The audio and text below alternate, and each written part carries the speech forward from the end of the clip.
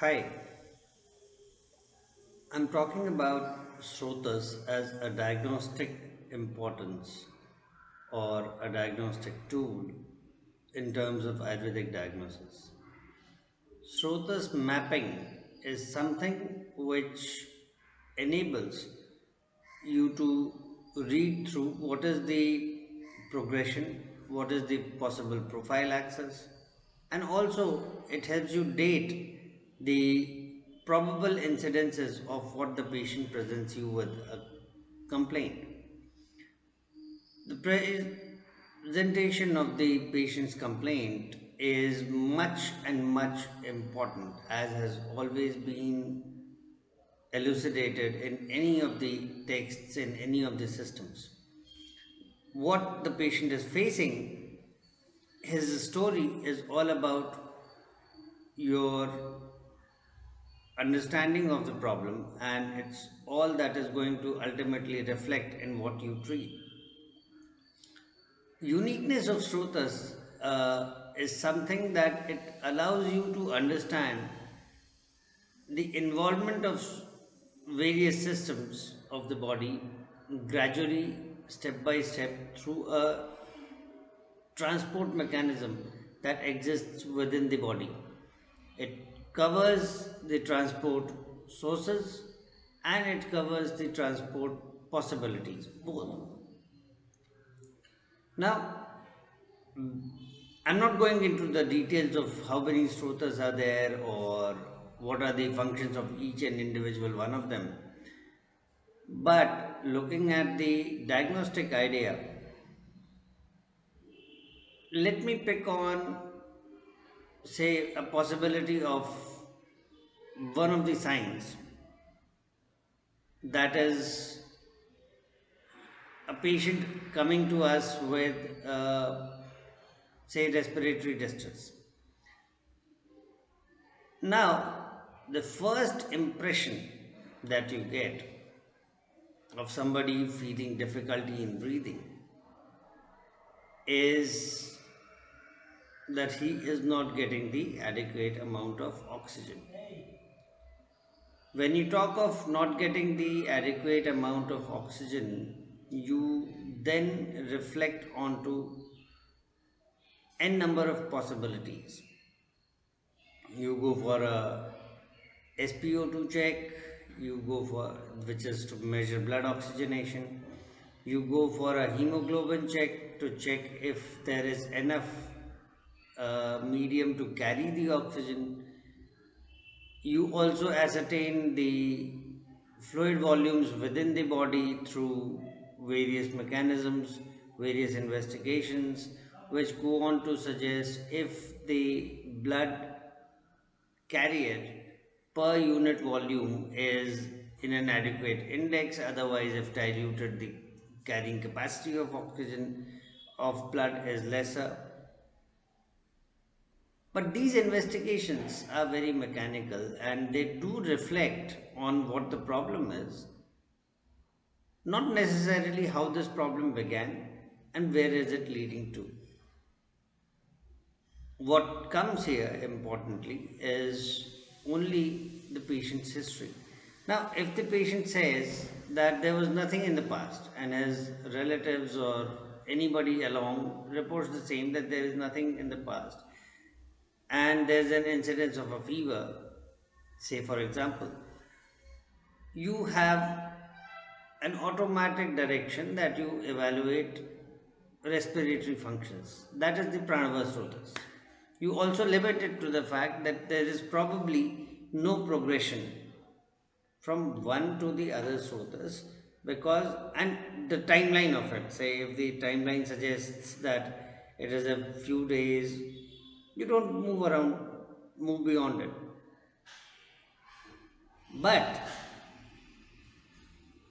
if the patient has this fever, he also has, say, an anasarca or a pedal edema or a puffy face. He reports a history of diabetes. You then go on to investigate the cardiac side of it and also the fluid side of it. Now, going on to the cardiac and fluid side, there is a pertinent question. Excuse me. The pertinent question says, did this cardiac issue, if there is one, appear first or later? And diabetes was detected first or later? Which followed first? In the Ayurvedic context, the impact is to be read if it was cardiac first, pranava srotas, and the treatment it was given causing an imbalance of the mutra srotas leading to diabetes.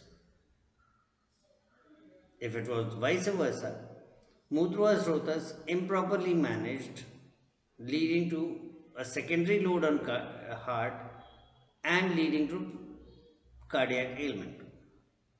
This is no different from what modern medicine acknowledges, that certain medications over a period of time cause electrolytic imbalances which can induce hormonal or enzymatic failures, and those hormonal or enzymatic failures can lead to conditions like diabetes, which are not primarily an inborn metabolic error alone, nothing for natural but induced by conditions.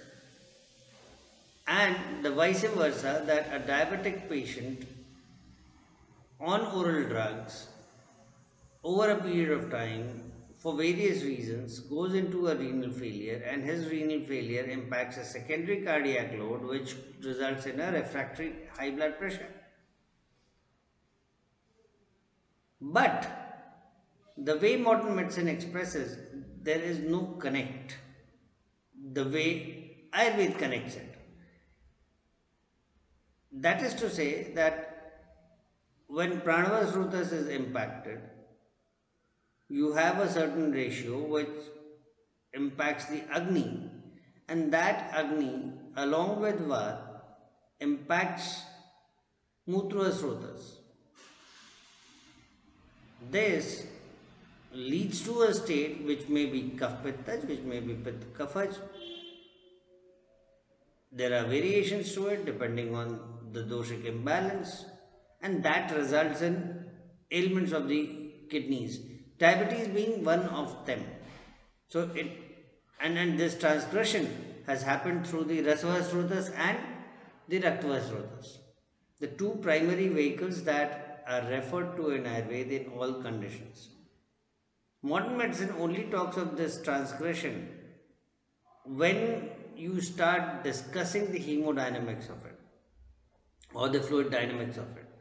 But Ayurveda always lays the stress on the prognosis, on the prophylaxis, and laying that stress, it always brings into confluence other possibilities of other sutras. Similarly, the same condition of breathlessness now appears in a newborn, say a few hours ago or a few days ago.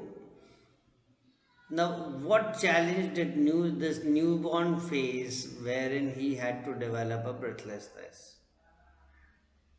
The complexities could be many more. And it may even point out to something which has to do with, say, a Majjava Srotas, where you detect that he is having some sort of a cancerous issue. The progression of cancer from Majja to the body is pretty fast in case of a child, because the metabolic rates are very high. Possibility, maybe a leukemia. These are possibilities, maybes.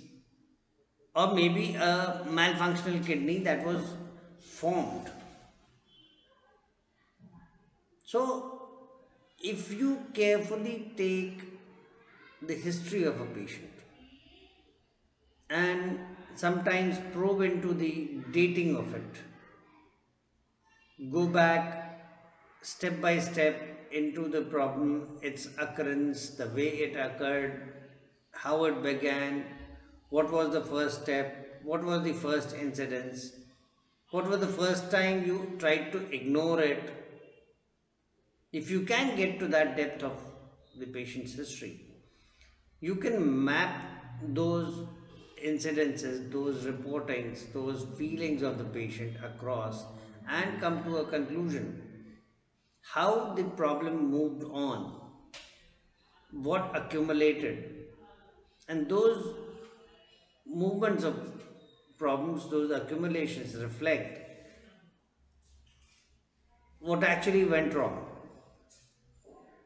what became the undoing of one of the doshas or one of the Panch Mahabhuts getting completely haywire and leading to a metabolic distress or a maturation distress, which may lead to something like cancer, or a humoral distress leading to an autoimmune kind of a function, which may be either suppressed autoimmunity or aggravated autoimmunity. Therefore,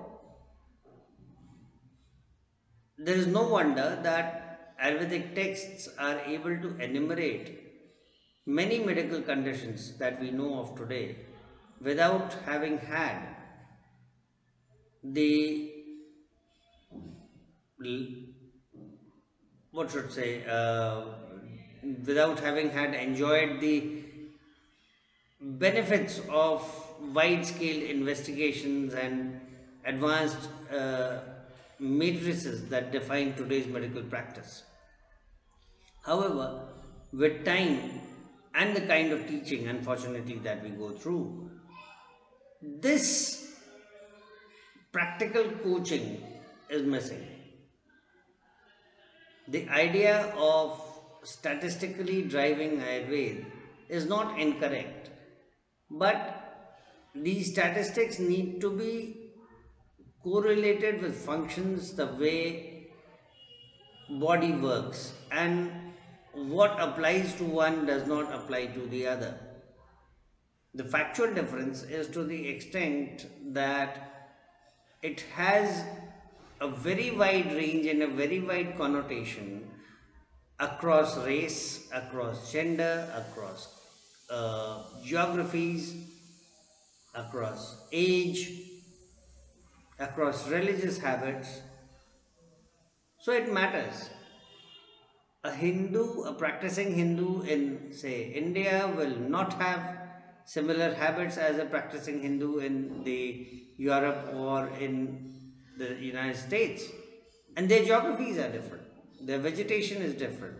So all that combined has a much broader index of probabilities than even the modern medicine matrices do present. Hence, when it comes to Ayurvedic practice and diagnostics, it's good to have a correlative information, and it's good to be able to correlate what modern medicine is saying in terms of diagnostic nomenclature to communicate across in uniformity across the world, so that everybody understands what is being treated for and what is the expected diagnostic understanding. However, the treatment protocols should reflect the mapping, the idea of Ayurveda, the way these disease systems or disease progression uh, flow diagrams communicate across onto the paper, and the way Ayurveda looks at connecting different systems that bring up this idea. Interestingly, you will find that perhaps there is nothing that is indifferent to modern science, except that the numerical or numerostatistical calibration of it is missing, or maybe if one goes into the pharmaceutics, one even realizes that that is not missing, except that the system of numerical matrices was much different in those times. You didn't have an ISI system at that point in time. So the kind of numerical systems it had, it is there. It is very mathematical, it is very scientific, and it is much the same logic that listen to the story of the patient, and that's what will tell you what is to be done and what is not to be done. Therefore, understanding of Srotas not just as a source. Remember, a source is also a harbor. It harbors anything, and that is when it becomes a source. So, understanding of the Srotas in terms of harboring the doshas or being a place where sthan sanshay can happen, deposit of Srotas can happen, lies in the entire understanding of diagnosis and treatment when it comes to Ayurvedic mapping of diseases, Ayurvedic treatment of diseases. Thank you.